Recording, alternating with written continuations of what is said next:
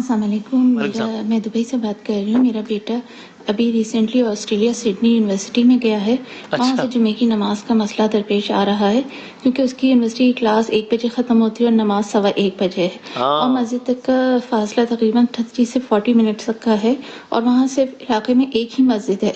तो वो जुमे की नमाज अदा नहीं कर पा रहा, तो प्लीज़ रहनुमाई फरमाइए कि जो है वो किस तरह अपनी जुमे की नमाज अदा करे। अच्छा, आपसे तो बहुत मुताल्लिक़ हो गया। आप ऑस्ट्रेलिया से ही हैं, मेलबर्न से हैं, और इसमें मुझे अंदाज़ा है कि शायद राय मुख्तलिफ होगी। आप फ़िक़्ह जाफ़रिया के एतबार से बताइए पहले, फिर मैं जैसे ऑस्ट्रेलिया का नाम है तो मुझसे सामने फौरन हमारी जानिब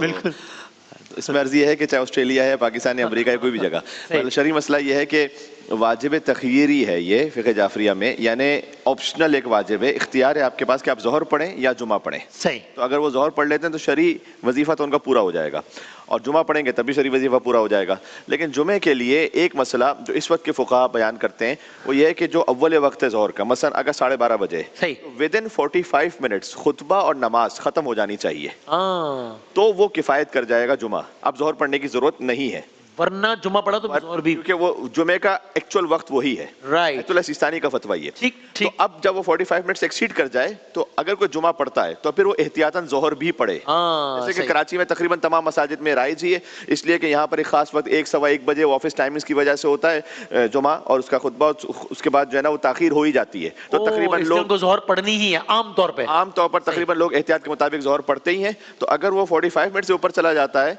तो फिर तो उन्हें ज़ोहर भी पढ़ना पड़ेगी और जुमा भी पढ़ लें तो कोई हरज नहीं है, लेकिन ज़ोहर साथ में पढ़ना पड़ेगी। लेकिन इन दिस केस तो ये भी जवाब, यानी मैं सही कह रहा हूँ, होगा कि जनाब जुमा पढ़ लें तो बहुत फजीलत है, लेकिन अगर आप जुमा मिस कर रहे हैं तो कोई बात नहीं, ज़ोहर का टाइम तो है ही, आप ज़ोहर पढ़ लें, है ना? ऐसे ही है ना? बिल्कुल। ये वाजिब तहरी है। इसमें एक बात और भी है कि खुद अगर ज़ोहर पढ़ रहे हैं वो, तो जुमे के दिन वैसे ज़ोहर जो है वो इख्फाती नमाजों में से, यानी अगर फुरादा कोई पढ़ रहा है तो अलहम्द और सूरा उसे आहिस्ते आवाज़ में पढ़ना है, लेकिन जुमे के दिन ज़ोहर की नमाज में ऑप्शन मिल जाता है, बल्कि मुस्तहब है कि अलहम्द और सूरा वो बुलंद आवाज़ से पढ़ ले। राइट।